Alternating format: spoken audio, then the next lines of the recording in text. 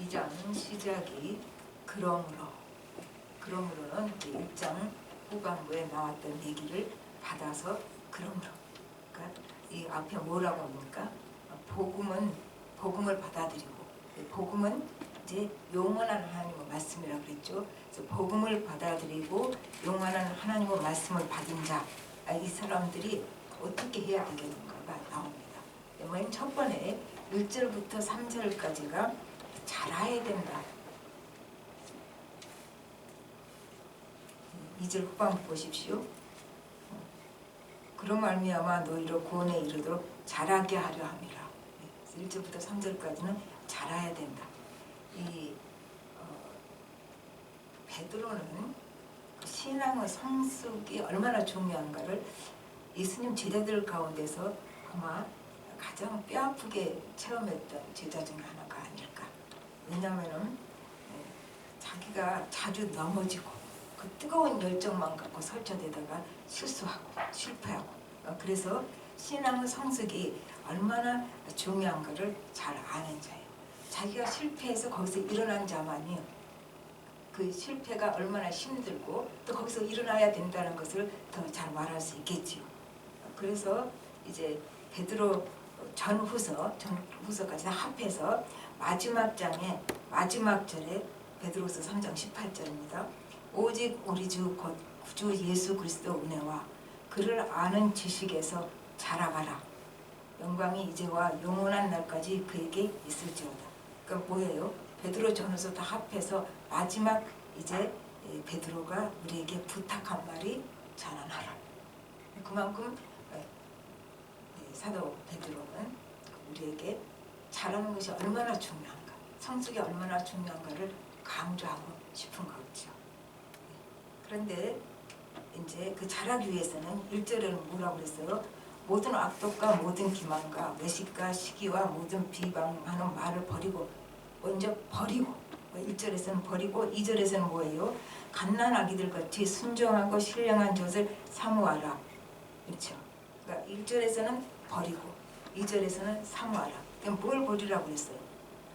버려야 할 것, 모든 악독, 모든 기만, 외식, 시기, 모든 비방. 대충 하면은 모든 악독은 자기 욕구를 성취시키기 위해서 다른 사람을 해치는 것. 이게 이제 악독이고, 기만, 속임수죠. 속임수, 그리고 외식, 가면, 마스크, 또 위장, 이렇죠. 이거 여러분도 다 들었던 얘기일 거예요. 한 동물원에서 원숭이 가면을 쓴 사람이 원숭이 흉내를 내려다가 떨어졌어요. 하필 떨어진 것이 사자 우리예요. 큰일 났죠 이제. 그러니까 원숭이 흉내를 내니까 원숭이 같이는 나무를 못하는 거예요. 그러니까 사자 우리에 떨어지니까 야, 나 죽었구나. 그랬더니 사자가 슬픔, 나도 가면 썼어. 그러니까 우리 모두가 이제 가면을 쓰고 산다는 얘기가 되죠. 그래서 이제 가면을 쓰고 우리가 사는 그거, 이것도 다 버려라. 솔직해야 된다는 얘기가 되죠. 시기, 이거는 다른 사람 성공, 복, 장점, 그것이 견디기 힘든 거예요. 이것을 질투하는 거예요. 그러니까 이 시기는 얼마나 무섭냐면은 대제사장들이 예수님이 사람들이 추종하는 것을 참을 수가 없어요. 그래서 시기에서 빌라도 총독에게 넘겨줍니다. 그게 마가복음 11장 10절에 15장 10절에 그렇게 나와 있습니다. 시기로 넘겨준 것을 빌라도가 알았다. 그러면 시기는 얼마나 무섭냐면 예수님까지 죽음에 넘겨줄 수 있는 게 시기다. 그 말이죠. 그리고 이제 모든 비방, 이거는 뒷담화 정도로 볼 수 있겠습니다. 그래서 이제 이것들을 다 버리고, 그 다음에 뭐라고 그랬어요? 순전하고 신령한 젖을 사모하라. 이렇게 해야 우리가 잘한다. 그 말이죠. 젖을 사모하라. 사모는 심히 사랑함으로 동경한다 뜻입니다. 갓난아이들이요, 어린아이들 같이 갓난아이들이 젖빨 때 어때요? 무섭습니다. 그 힘이. 저 조그만 애가 어떻게 그렇게 세게 빨 수 있을까? 그 힘이 무서운 거죠. 그러니까 못 먹으면 죽으니까. 그래야 사니까 살려고 이제 말씀을 있는 힘을 대해서 젖을 빨인 것처럼 우리도 그렇게 갓난아이들이 살겠다고 젖을 있는 힘을 다해서 빨고 그 힘이 센 것처럼 우리도 그런 식으로 말씀을 사모해야 된다 그 말입니다. 근데 말씀이라고 다 똑같은 말씀이 아니에요. 오염된 말씀을 먹으면은 어떻게 할까요? 병든 신앙 되죠. 신앙이 병이 들면 못 자라죠. 아이가 한참 되게 중병 앓을 때는 못 자랍니다. 이제 그게 끝나야 이제 그것까지 합해서 더 자랄 수는 있지만 일단 심하게 아플 때는 못 자라요. 그러니까 병이 들면 신앙이 병이 들면 자랄 수가 없는데 그게 뭐예요? 오염된 말씀. 주로 오염된 말씀은 어떤 말씀일까요? 내 김맛에 딱 들어맞는 거죠. 하나님의 말씀이 어떻게 내 김맛에 딱 들어맞아요? 하나님 우리가 같아요? 김맛에 안 맞아요. 하나님과 우리는 다릅니다. 그래서 하나님의 말씀은 내 김맛에 안 맞아. 그런데 그 오염된 말씀을 쫓아가는 것은 내 귀에 딱 들어가거든. 내가 원하는 소리를 딱 해주니까. 그러면 안 자라는 거죠. 그리고 신앙이 병든다 그 말이죠. 근데 오염되지 않은 그 말씀을 먹으면은 말씀에는 생명이 있습니다. 말씀이 생명이니까. 그래서 생명의 힘이 있어서 건강하고 또 성장하고 그리고 새롭게 변화됩니다. 성장하고 변화되고. 골로새서 3장 9절 10절에서는 이렇게 말합니다. 너희가 서로 거짓말을 하지 말라. 옛사람과 그 행위를 벗어버리고 새 사람을 입었으니 이는 자기를 창조하신 이의 형상을 따라 지식에까지 새롭게 하심을 입은 자니라. 그러니까 말씀의 지식 안에서 우리가 어떻게 된다고요? 새롭게 되는 거예요. 옛사람이 떨어져 나가는 거죠. 말씀의 지식 안에서. 신앙은 감정이 아닙니다. 감정도 들어가요. 감정 다 빼버리라는 얘기는 아닌데 심장이 오로지 신앙을 감정으로만 만들어버리면 잘할 수가 없어요. 우리를 새롭게 변화시키는 것은 감정이 아니라 감상이 아니라 말씀의 지식이 나를 새롭게 변화시킨다. 그것이 말씀의 능력이다 그 말이죠. 그러면 말씀의 능력으로 내가 변화되면 어쩔까요? 하나님의 형상을 닮아갑니다. 그리고 말씀으로 새 사람으로 변화가 됩니다. 그래서 이제 그 2절 후반부 보십시오. 근데 그런 말미암아 너희로 구원에 이르도록 자라게 하려니라. 우리는 구원 받았는데 왜 구원에 이르도록 자라게 하라 함이란 말을 썼을까? 그리고 의심이 생길 수 있죠. 구원 받지 못했기 때문이 아니라 구원의 완성을 향해서 우리가 나아간다는 얘기예요. 우리는 구원 받은 사람이에요. 그러나 구원의 완성은 아직 안 이루어졌어요. 예수님 재림 때 구원의 완성이 이루어집니다. 그래서 구원의 완성을 향해서 달려가는 그 속에서 뭐가 일어나요? 우리의 인격이 예수 그리스도의 인격으로 변화되가 예수 그리스도의 인격을 담는 경제까지 도달하도록 자라게 되는 거죠. 그래서 이것을 이 설명을 그냥 구원에 이르도록 그렇게 한 거죠. 구원 완성에 이르도록을 이제 이렇게 축소했다고 이제 보면 됩니다. 그리고 이제 3절에서는 이 말이 1, 2절이 너무 중요하니까 너희가 주의 인자하심을 맛보았으면 그리하라. 내가 말한 것처럼 그리하라. 그렇게 하라. 그 말이죠. 그러니까 이제 죄를 버리고 순전한 말씀을 간절히 사모해서 성장해라. 그 1절, 2절이잖아요. 그렇게 해라. 그렇게 3절이 다시 한번 1, 2절을 요약해서 확실하게 말을 해주고 있습니다. 그 다음에 이제 4절부터 8절까지는 성장을 건물로 비유를 합니다. 이 4절 한번 보실까요?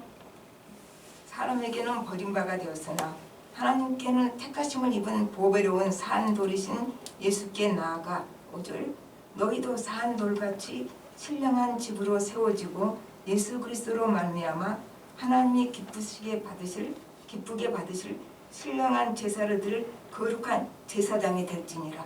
조금 어려워졌습니다. 그런데 예수님이 뭐라고요? 산돌, 리빙스톤. 더 확실하게 들어오죠? 리빙스톤. 그러면 예수님이 산돌. 그 예수님께 나아가라 그랬죠.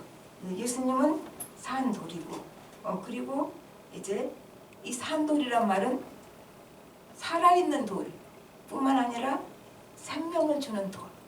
예수님을 산돌로 그렇게 비유를 했습니다. 그리고 이제 우리가 산돌이신 예수님께 나아가서 예수님께 접붙여지면은 예수 안에 들어가면, 그렇게도 예수님께 접붙였다는 표현도 있고 예수님 안에 들어갔다는 말도 표현도 되고, 예수님 안에 들어가면 우리도 산돌이다. 그렇게 돼요. 여기 산돌. 너희도 산돌같이 그랬잖아요. 5절에. 너희도 산돌같이. 그러니까 우리도 산돌이 된다 그 말이죠. 근데 같은 산돌이라도 조금 달라요. NIV는 더 편해요. 예수님은 대문자 리빙스톤, 우리는 소문자 리빙스톤. 산돌이라도 격이 다릅니다. 그러니까 예수님은 산돌이고 본체가 되시고 우리는 거기에 붙어서 이제 조그만 산돌이 됐다고 보면, 그래서 소문자 산돌이죠. 그래서 예수님은 우리 그 개개인의 구원의 근거죠. 예수님 없이는 우리는 아무것도 구원의 역사는 시작도 못해요. 구원의 근거이고 이제 구원받은 자들로 세워지는 여기 신령한 집이죠. 여기가 신령한 집을 영적인 집으로 해석해도 괜찮아요.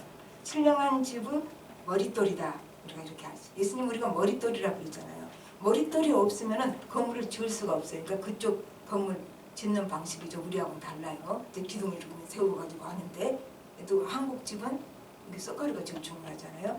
근데 그쪽 유대인식 집은 이제 돌, 머릿돌, 모퉁이돌, 그렇죠. 머릿돌, 모퉁이돌, 그거를 기준 삼아서 이제 이렇게 집이 지어져 갑니다. 그래서 예수님은 산돌이고 모퉁이돌이고 우리는 그 작은 돌로서 그 모퉁이 돌에 연결되어서 집이 지어져 간다 그 말이에요.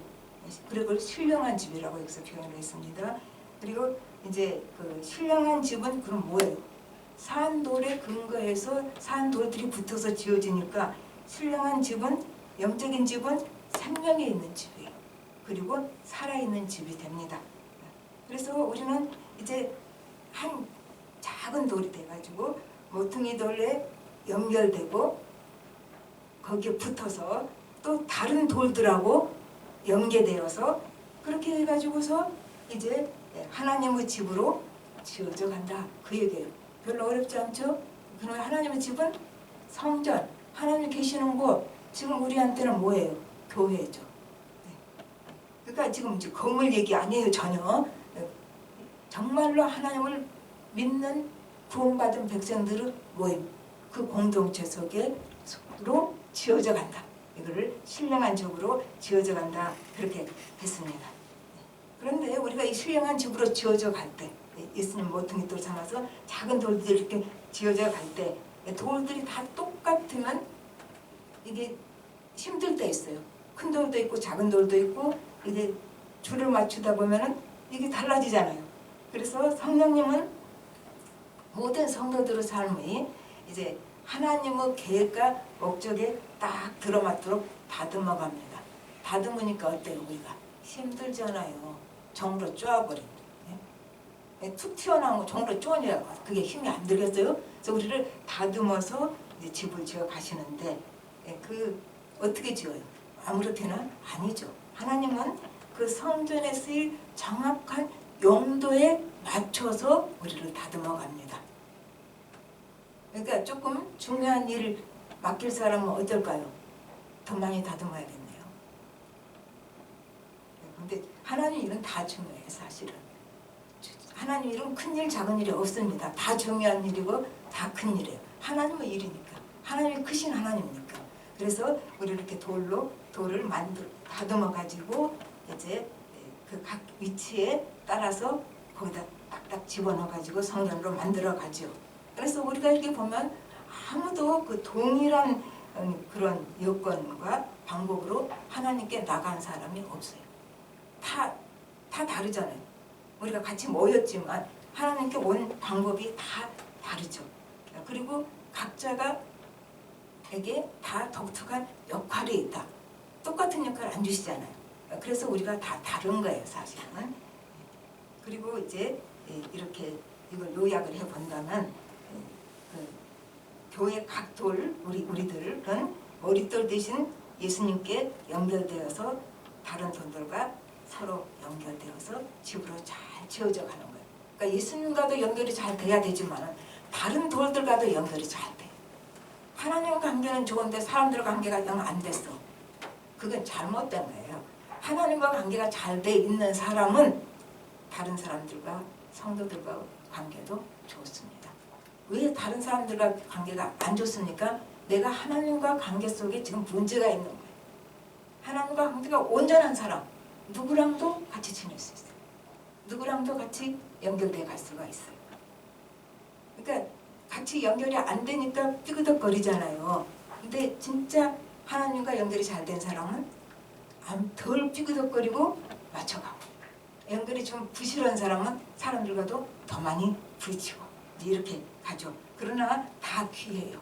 하나님은 그러거나 말거나 우리를 만들어가서 하나님 뜻을 이루실 것이니까 결국은 구원의 완성에 이르도록 우리를 다 끌고 가실 거예요. 그래서 우리가 그 남 걱정할 거 하나도 없어요. 나도 걱정할 거 없어요. 나도 남도 걱정할 거 없다. 하나님이 우리를 다듬어서 그 하나님 뜻에 합당하게 만들어서 구원의 완성에 이르게 하는 것이고, 이걸 지금 집으로 표현했다 그 말입니다. 예. 그 다음에 우리 6절을 한번 보십시다. 성경에 기록되었을 때 보라 내가 택한 보배로운 모퉁이 돌을 시온에 두노니 그를 믿는 자는 부끄러움을 당하지 아니하리라. 이제 모퉁이 돌 얘기는 끝났고 부끄러움 당하지 아니하리라. 우리 각자의 인생 자체가 구원의 드라마예요. 드라마. 텔레비전 나온 그런 드라마와는 격이 달라요. 우리 드라마가 훨씬 더 실제적이에요. 그리고 어쩌면 그 텔레비전 드라마보다는 더 힘든 드라마일 수도 있어요. 그리고 또 더 아름다운 드라마일 수도 있지요. 그래서 우리가 이제 우리 인생 자체가 구원의 드라마라면은 이제 예수 믿기 전에 일어났던 온갖 사건들 있죠. 내가 좌절했던 사건, 억울했던 사건, 또 내가 추악했던 사건. 예수를 몰랐으니까 추악했던 사건, 그리고 나도 그 추악한 일에 동참했던 사건들. 그 일을 어떻게 해요? 그것 때문에 내가 수지당하게 할까요? 하나님께서 아니죠. 예수 안에 들어오면 이런 과거가 오히려 내가 주님 앞에 더 가까이 나가는데 도움이 되도록 하나님 써버리십니다. 그게 하나님의 능력이에요. 안 좋은 것은 그 도움이 안 돼야 되잖아요. 하나님 손에 잡히면은 내 과거가 못난 것 때문에 그게 더 하나님 능력으로 인해서 내가 또 하나님의 은혜 속에 들어가게 한다. 내가 큰 실수를 했기 때문에, 창피한 짓을 했기 때문에 하나님 안에 들어가면 그 창피한 짓 때문에 나를 더 하나님이 더 아름답고 깨끗하게 만들어 가시는 그런 도구가 되어버리는 거예요. 하나님 손에만 잡히면 돼요. 우리가 자꾸 안 잡히려고 몸을 빼서 그렇지, 잡히가 나면 모든 것이 다 이렇게 바뀌어지는 것이죠. 그러니까 내가 조지받았다고 생각했더니 그 일은 말도 안 돼 한 것을 내가 주님 손에 잡히기만 하면 하나님이 축복으로 바꾸십니다. 물을 포도주로 바꾸셨잖아요. 같은 거예요. 우리 인생에서도 내 그 불행했던 사건, 내가 너무 불행해서 창피해서 남한테 알리고 싶지도 않아. 그런 불행한 사건은 아무도 안 겪었을 거야. 그런 사건도 하나님 손에 잡으면 그것을 인해서 축복의 사건이 되게 하고, 내가 하나님의 사랑을 더 뜨겁게 체험하고 그 상처가 하나님으로 인해서 다 치유됨으로 말미암아서 내가 더 아름다운 영혼으로 바뀌어가는 그런 사건으로 하나님은 만들어 버리신다. 우리 하나님 능력을 과소평가하지 맙시다. 병 고치는 것은 능력이고 돈 버는 건 능력이고, 내가 추악했던 그 내 죄성이 떠나가고 아름다운 모습으로 바뀌는 것, 그건 더 큰 능력이에요. 그건 아무도 못해요. 돈은 착하지 않아도 벌어요. 그렇잖아요. 병은 좋은 의사 만나면 고쳐져요. 그러나 내 부패했던 그 과거, 쓰라렸던 거, 누가 알고봐 벌벌 떨던 거, 그것들을 축복으로 만드신 것은 하나님밖에 없어요. 그게 하나님 크신 능력이에요. 그러니까 우리는 성령으로 충만하다 그러면 눈에 보이는 현상, 실제에다가 자꾸 맞추려고 그래. 누가 병이 막 나왔대. 그냥 그 방언을 하는데 막 기가 막히게 했대. 그 눈에 보이는 걸로 자꾸 하려고 그래요. 성령의 진짜 능력은요, 안 보여요. 내 심령이 확 뒤집어져 가지고 예수님 닮은 모습으로 바뀌어져 가는 거. 이게 그렇게 눈에 보입니까? 보이는 사람 눈에는 보여요. 그러나 보통 안 보입니다. 이건 진짜 크신 하나님의 성령의 능력이에요. 그러니까 우리는 자꾸 보는 것에다가 초점을 맞춰서 이게 뭐 다 성령의 역사예요. 방언도 성령의 역사고 또 병 고치는도 성령의 역사고 맞아요. 그러나 우리는 거기다가 눈이 팔려가지고 초점을 거기다 맞추니까 진짜 중요한 성령의 역사를 간과해버린다. 그러나 가장 큰 성령의 역사 끝까지 남아 병 고쳐서도 죽잖아요. 돈 벌어서도 그렇잖아요. 없어지잖아요. 그러나 끝까지 남아있는 건 뭐예요? 내 심령이 예수님처럼 바뀌어진 거. 이거 남아있잖아요. 그러니까 성령의 능력은 오히려 안 보이는 것이 더 강하게 역사하는 것이다. 우리가 이렇게 볼 수 있어요. 예. 그래서 하나님께서는 이렇게 함으로 우리가 어떻게 해요? 부끄러움 당하지 않는다. 나는 이 구절이 참 좋습니다. 뭐 너무 억울해가지고 나 이제 정말 망신당하게 생겼어. 그런데 나는 이 구절을 봅니다. 하나님은 그렇게 안 하시지. 지금 상태로 말해서는 내가 진짜 망신당하게 생겼는데 이것을 부끄럽지 않게 해주실 거야. 하나님은 우리에게 부끄러움 당하지 않게 해주십니다. 그러니까 부끄러움을 당하게 생겼을 때는 말씀을 기억하십시오. 그러면 속에서 말씀이 힘이 되어서 내가 부끄러움 당하지 않겠구나. 그렇게 역사가 일어납니다. 그 다음에 이제 7절과 8절에는 또 재미난 말이 들어있어요. 예수님을 믿는 자에게는 예수님이 모퉁이요 머릿돌이라고 그랬죠. 그런데 믿지 않는 자에게는 부딪히는 돌이다. 이 부딪히는 돌이 뭔가 예수님이 우리를 때리나 부딪히게 그게 아니고 예수님이 믿지 않는 자의 인생을 방해하는 것이 아니에요. 가로막는 것이 아니에요. 그러면 왜 부딪히는 돌이 되는가? 내가 예수님을 거부함으로써 내가 예수님을 거부할 때 내가 구원 못 받을 자라고 자기가 스스로 자칭하는 거예요. 내가 예수님을 딱 거부했다면 나는 구원 못 받을 자로 내가 스스로 자칭하는 거예요. 그거는 뭐예요? 나는 심판받을 수밖에 없어. 심판받을 자로 내가 스스로 나를 천명하는 거예요. 그래서 이것을 부딪히는 돌이라고 합니다. 하나님 왜 심판로 사랑이신데 이렇게 하신가? 그걸 뒤집어 보면 내가 구원의 길을 사랑의 길을 열어주셨는데 내가 그걸 거부함으로써 내가 그걸 못 받고 나는 심판받을 자로 내가 스스로 천명하는 거죠. 사람들 앞에서 나는 심판받을 자야. 나는 절대로 예수를 거부해서 이렇게 되는 거죠. 그러니까 부딪히는 돌은 그런 의미라는 얘기죠. 하나님 우리를 때린다는 것이 아니라 내가 스스로 그렇게 자칭하는 거다. 이제 그렇게 되는 거죠. 그 다음에 이제 9절을 보십시다. 9절이 이제 마지막 구절이 10절까지 마지막 절이지만 사실 9절 그러나 너희는 택하신 족속이요 왕같은 제사장들이요 거룩한 나라요 그의 소유가 된 백성이니 이는 너희를 어두운 데서 불러내어 그의 기이한 빛에 들어가게 하시며 아름다운 덕을 선포하게 하려 하심이라. 이거는 9절은 우리들의 정체성이에요. 믿는 자의 정체성, 믿는 자의 신분, 믿는 자의 신분이 지금 택하신 족속 나왔죠. 그리고 왕같은 제사장이 나왔어요. 이거 바로 읽었던 5절에서는요. 거룩한 제사장이에요. 거룩한 제사장. 우리는 왕같은 제사장이고 거룩한 제사장이고 또 거룩한 나라고 그의 소유된 백성이다. 조금 비슷비슷하지만 조금씩 다르죠. 우리는 택하신 족속이다. 예수를 구주로 영접한 자는 다 택하신 족속이에요. 택하신 족속인지 아닌지 어떻게 알아요? 내가 예수님을 구주로 확실하게 믿는다면 난 택하신 족속이에요. 난 도저히 안 믿어요. 끝까지 죽을 때까지. 그건 택하지 않은 거예요. 너무 어렵게 생각할 거 없어요. 우리가 어떻게 압니까? 그러니까 우리는 전도를 하는 거죠. 그 사람이 택했는지 안 택했는지 어떻게 알아요? 전도를 해서 끝까지 죽을 때까지 예수를 영접하지 않는 사람은 선택 못 받은 거죠. 그러나 언제라도 늦게라도 하나님을 받아들이고 예수님을 받아들인 사람은 선택한 사람이다. 우리가 그렇게 한 거죠. 그러니까 선택은 뒤에 봐야 아는 거예요. 미리 아는 게 아니라 어떤 의미에서 뒤에 봐야 아는 거죠. 그 다음에 왕같은 제사장이죠. 우리가 제사장이니까 대제사장인 예수님 통해서 하나님 앞에 직접 나가서 하나님과 교제할 수 있는 특권이 있다 그 말이죠. 그러니까 이제 하나님께 나가서 직접 교제할 수 있는 특권이 있다면 우리가 일이 있을 때 이거는 누구한테 가야겠다. 이거 누구한테 가야겠다. 자꾸 머리를 굴려요. 그래서 나를 도움을 줄 자를 계속 찾습니다. 문제가 생겼을 때는 우리가 왕 같은 제사장이잖아요. 하나님 직접 쓰잖아요. 하나님 앞에 나아가서 구해야 되는 거지요. 그러면 하나님이 도울 사람도 보내주시고 필요하면 그렇지 않아요?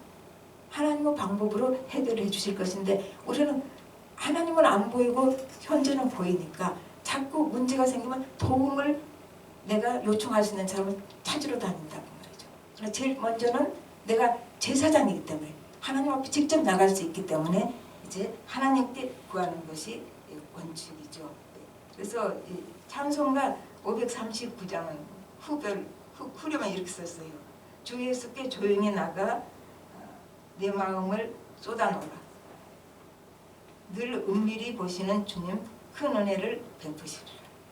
그러니까 내가 문제가 생겼을 때는 누구 찾지 말고 하나님 앞에 가서 쏟아놓을 때 하나님께서 큰 은혜를 내가 생각지 못하는 하나님의 크신 은혜 하나님과 깊은 그 교제를 나누고 하나님을 더 알게 하시고 그리고 내 그 문제를 쏟아놨기 때문에 이미 하나님이 해결해 주신다. 그 얘기가 돼요. 그러니까 우리는 문제만 갖고 붙들어지죠.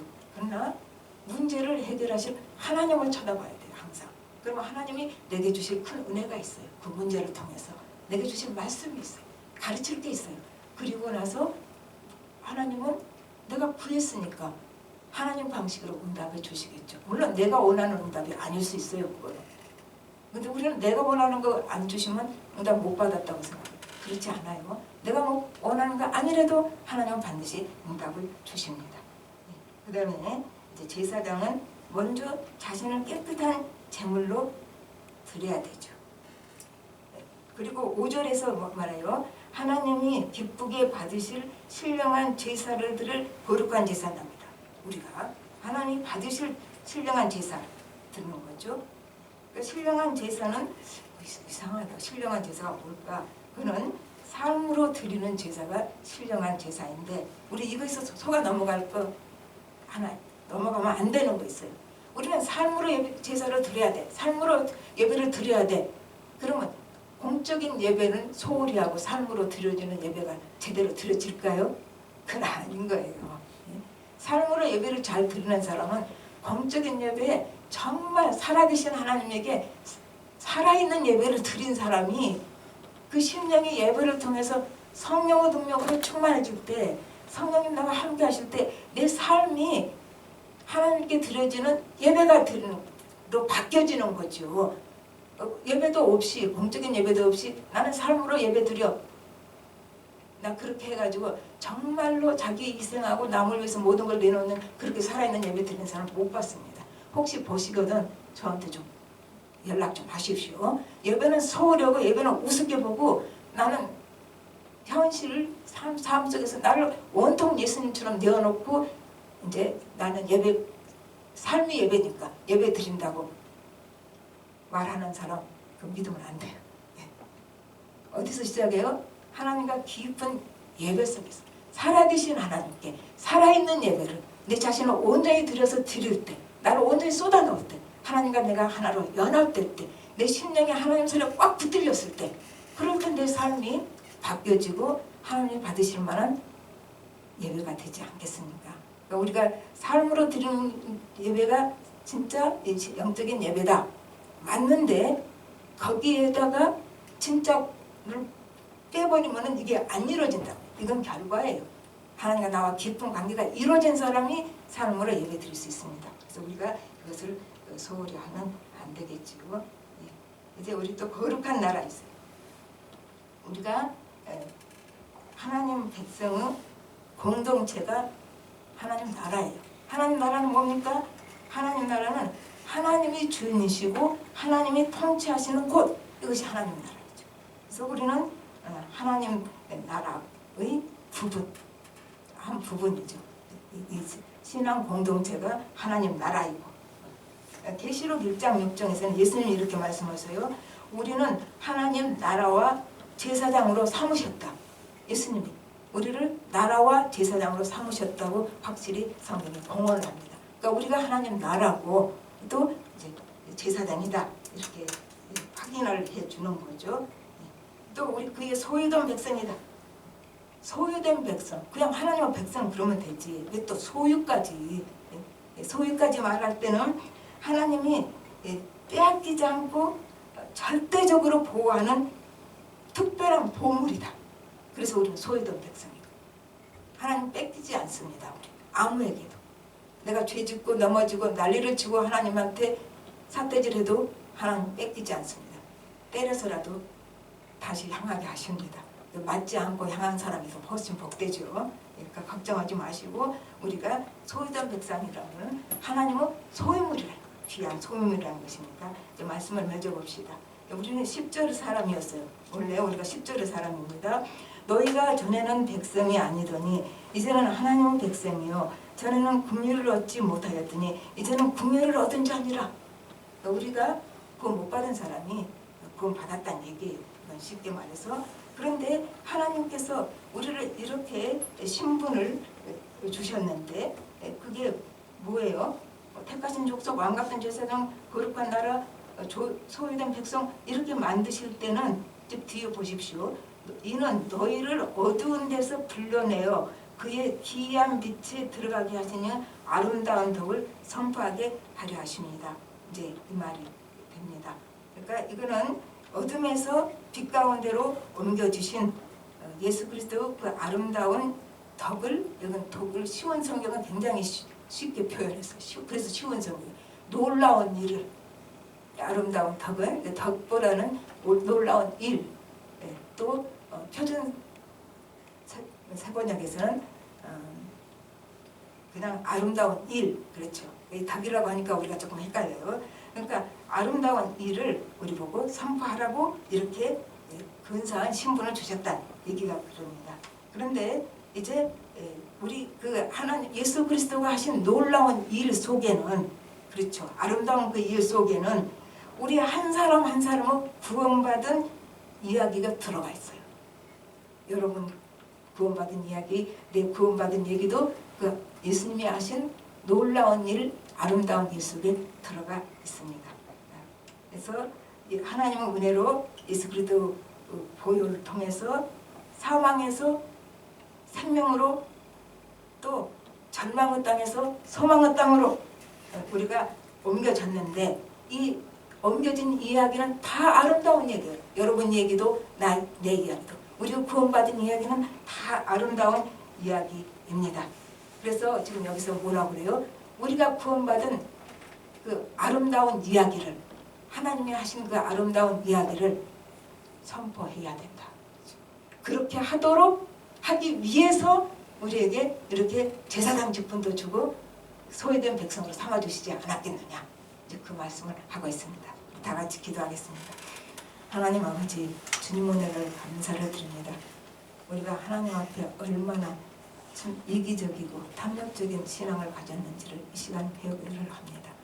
하나님께 나아갈 때 참으로 하나님이 나를 구원의 그 아름다운 역사를 나를 통해서 이루어셔서 내가 사망의 땅에서 생명의 땅으로 옮겨졌는데 이것이 얼마나 크신 축복인지를 모르고 우리는 다 떠나서 우선 현실적으로 내 욕구만 채워드리려고 부르짖는 참 상당하지 못한 신앙이었을 수도 모릅니다. 이 시간 성령님께서 우리 각 사람 마음 가운데 역사하여 주셔서 우리가 계속 자라가는 신앙, 그래서 하나님 마음에 합한 신앙으로 우리를 바꾸어 주시옵소서. 그리고 이 아름다운 하나님의 이야기를 선포하고 전파할 수 있는 자들이 될 수 있도록 우리 모두를 사용하여 주시옵소서. 모든 말씀 예수님으로 기도합니다.